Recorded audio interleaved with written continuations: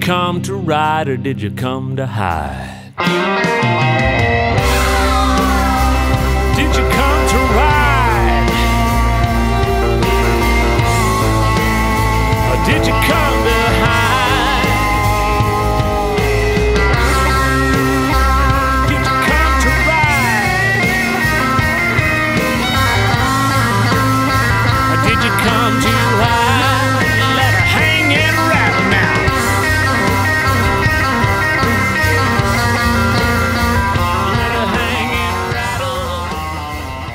Hi there, I'm Don Orrell and I want to welcome you to my shop.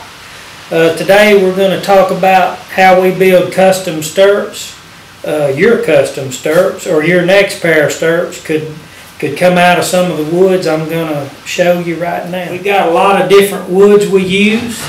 Our process starts with just an old piece of wood that doesn't have much character to the naked eye, but if you get into the process of working the wood and you work with wood all the time, you start seeing those characteristics that will come out in the finished product and be a beautiful pair of stirrups. So come on, take a ride with me and I'll take you and show you some of the process. What we do is we've got to cut our wood to length. Now this is a piece of red oak. Right now it's just an old rough piece of wood, doesn't have a lot of character to it. And then also one of the other main woods we use here is walnut, and it's just an old brown dirty board right now, but when we get through we're gonna see if we can bring the beauty out of it and put your feet in them on your saddle. Alright, the first thing we'll do is we'll cut our wood to length. We just use a chop saw.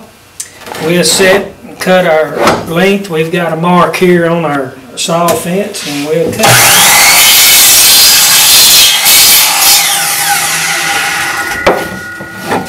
We'll call that a cant or a stirrup cant.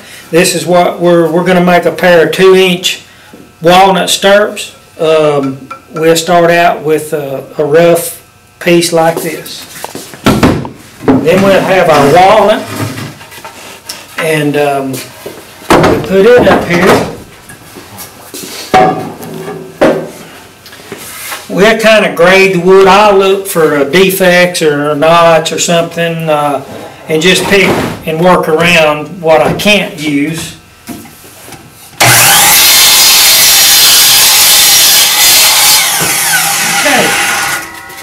That's step one.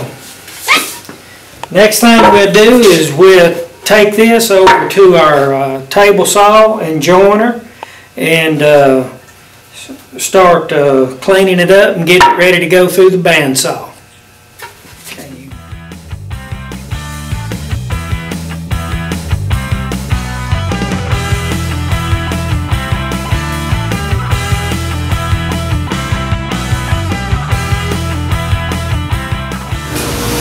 Now we've got cants ready to go through the bandsaw. Our stirrups have 7 layers of wood in each pair, or in each stirrup. So what we'll do is we'll have, on walnut stirrups, we'll have 4 bands of walnut and 3 of oak. So we'll get over here on the bandsaw and show you what we do next. We got our bandsaw here, or resaw set up, so we're going to take this solid wood and we're going to cut this into thin strips, and then we'll eventually, when we get to the process of glue up, we'll mix that with the walnut, and that's going to give us a lot of strength in our stirrup.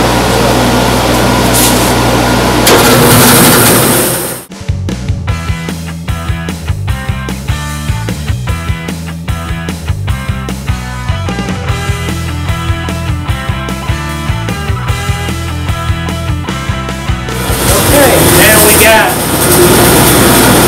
4 walnut and 3 oak, so that right there would represent 1 stirrup.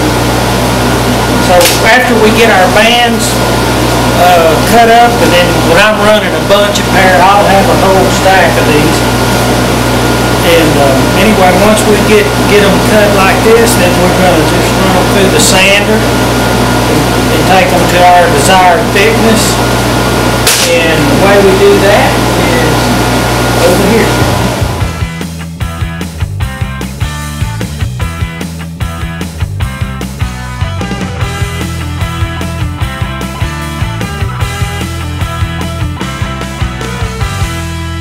Okay, now this is probably the most important step of the whole stirrup making process as far as here at Don Orrell Stirrups, because every pair of stirrups that comes through this shop is I hand picked the wood right here on this old table. So we've got a customer, we're building what we call our gun stock walnut, 2-inch flat bottom. So they've requested that on their order, so I'm going to show you how I put that together. Now the oak is going to be our filler wood. So each stirrup will have three bands of oak, and I'll get 3 bands of oak for each pair. And I'll go through all of my wood here, and I've hand selected these here. Now, right now, without any finish on it, you can't see just how pretty this wood is. So what I'm going to do, just to kind of give you a little view of what the finished product's going to look like, I'm going to put a little water on this. And can you see that? You can see all of the rays and the different grain patterns in here. Once the polyurethane finishes on there, that'll really stand out. But anyway, we want the left stirrup to look identical to the right stirrup. So I'll put these pieces here, and I'll number them or label them so that we can track them through the whole process. And then I'll come back with my walnut pieces, my walnut bands as we call them, and we'll fill those in.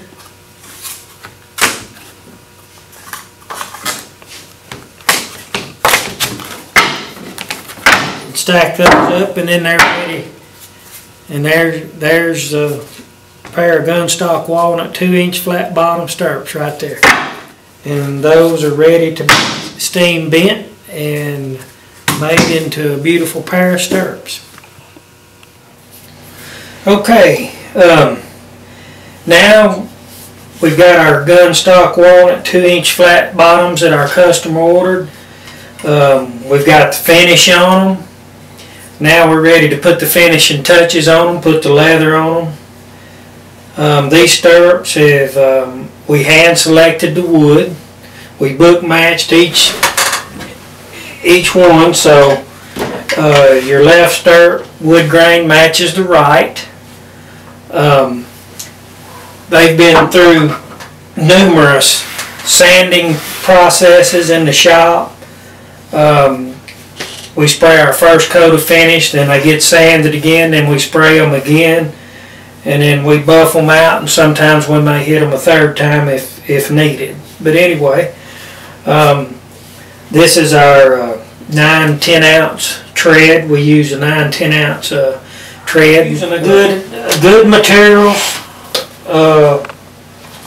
having the good tools to work with, having a good clientele of repeat customers has been what's helped us be successful in this business, and hope it continues. It's my desire for everybody out there riding a horse to have a pair. One thing about wooden stirrups over aluminum stirrups or iron stirrups, I've seen stirrups made out of horseshoes before. One thing about the wood, it has a natural shock absorbency to it, and you may not feel it. You don't feel it move or nothing like that when you're riding. But when you've rode 10, 12 head or more, or sat in the saddle and rode on a trail, or been at a show, or a cutter, and you got to turn back or hold herd and show your horses, and you're in that saddle all day, that wooden stirrup that you've been riding in all day, that's when you will feel the differences when you walk across the floor at night. Your feet won't hurt as bad, and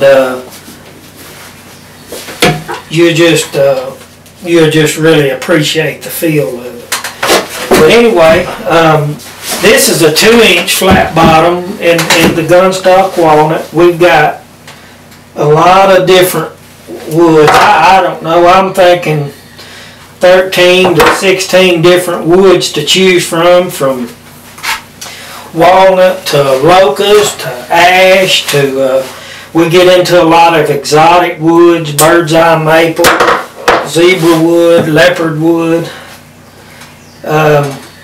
We got light woods, dark woods. We do custom engraving. My wife Tony does that, does a beautiful job at that. But anyway, once your tread is on there and laced up tight, you're just ready for your roller flap, and you've got a finished stirrup to be proud of. And that's how we do it. Now, while we're sitting here, and I've got one handy, one of the other types of stirrups that we build is an offset stirrup. And sometimes there's confusion between the crooked stirrups, which we build those too, and an offset stirrup. When we refer to offset, we mean that the roller is offset. It's not down the center of the stirrup like on a regular 3-inch stirrup.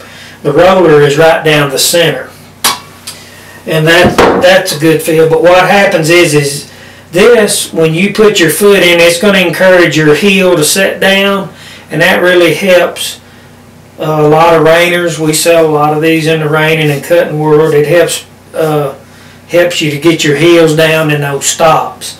And another thing that just from doing these and people trying them, just even trail riders and people that may have a little joint trouble or knee trouble have experienced relief from that, going from just oxbow or a 2-inch stirrup to the 3-inch offset.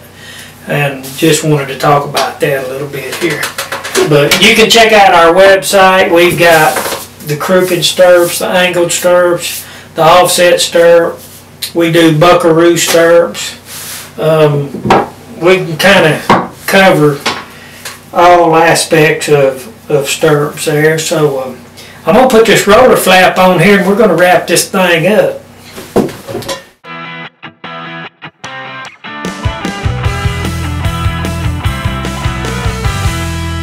And there you have it, a completed Don Orrell stirrup. Next pair could be yours. Check out our website, donorrellstirrups.com, or call Tony at area code 417-849-3160.